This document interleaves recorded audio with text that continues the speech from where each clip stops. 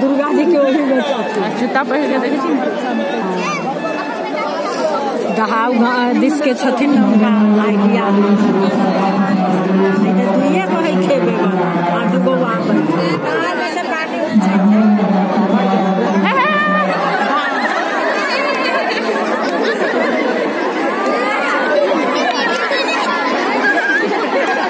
पौड़े में लेना होवे छै कि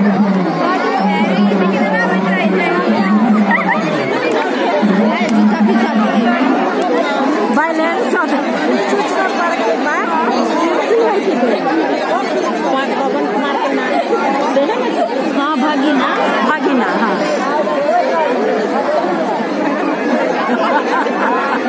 बेचारा सूट बूट लगे भैया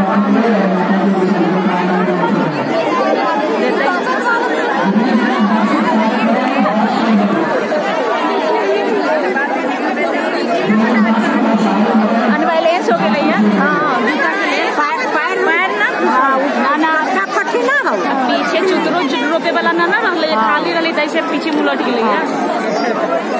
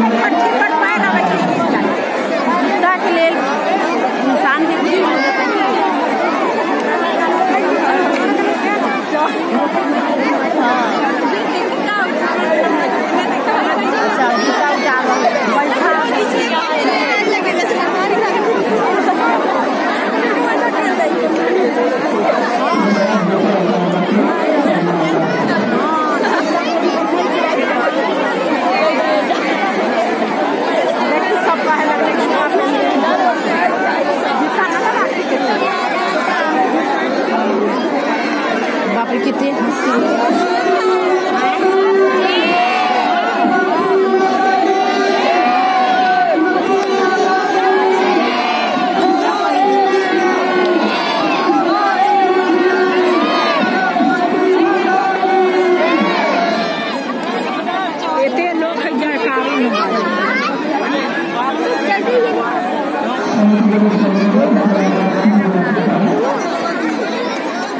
उतर गेले कि बैठले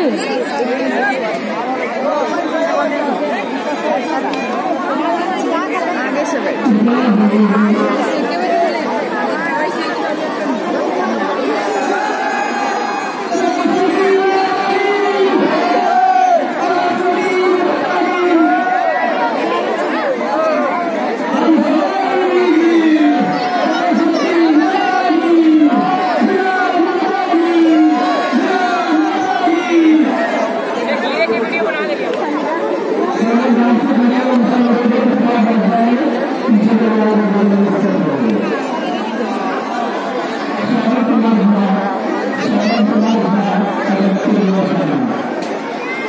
चिड़ै जका लोग है चारों बगल से। उम्हर देखिए ना घाट बन गए है से कितना एम्हर से कम लोग ना है उम्हरो कितना अच्छा बैठू में वही थी एक नाथ बनवा ले अपना। हाँ चारों का जो हम बना फंड से ना बने जना जना पास होते थे ना बने थे।